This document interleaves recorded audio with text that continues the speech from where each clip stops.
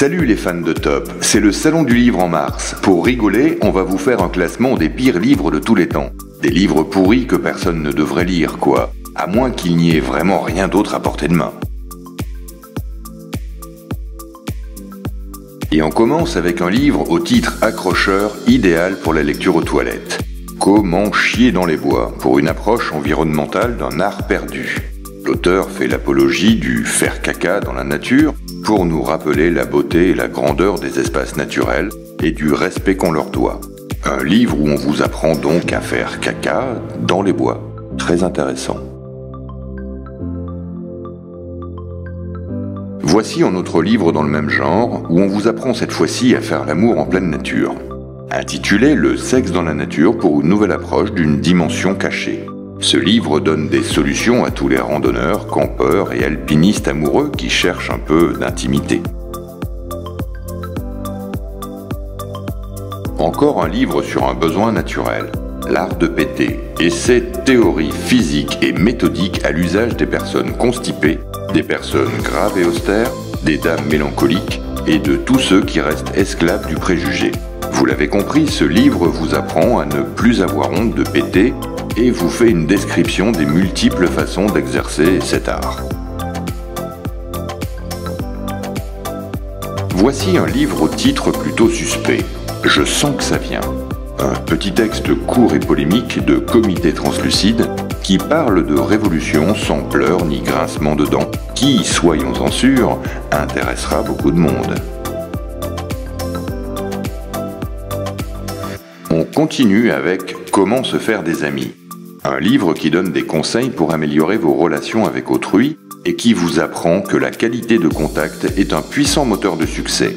Si on vous l'offre, alors oui, vous avez le droit de mal le prendre. Bonne lecture, et on espère que ça marchera pour vous.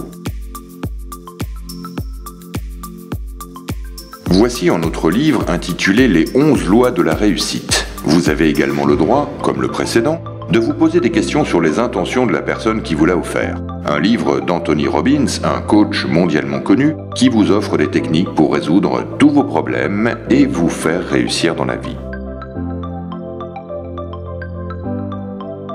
On continue avec le piégeage traditionnel des taupes, où on apprend au jardinier à défendre son territoire en plaçant des pièges comme un véritable taupier professionnel.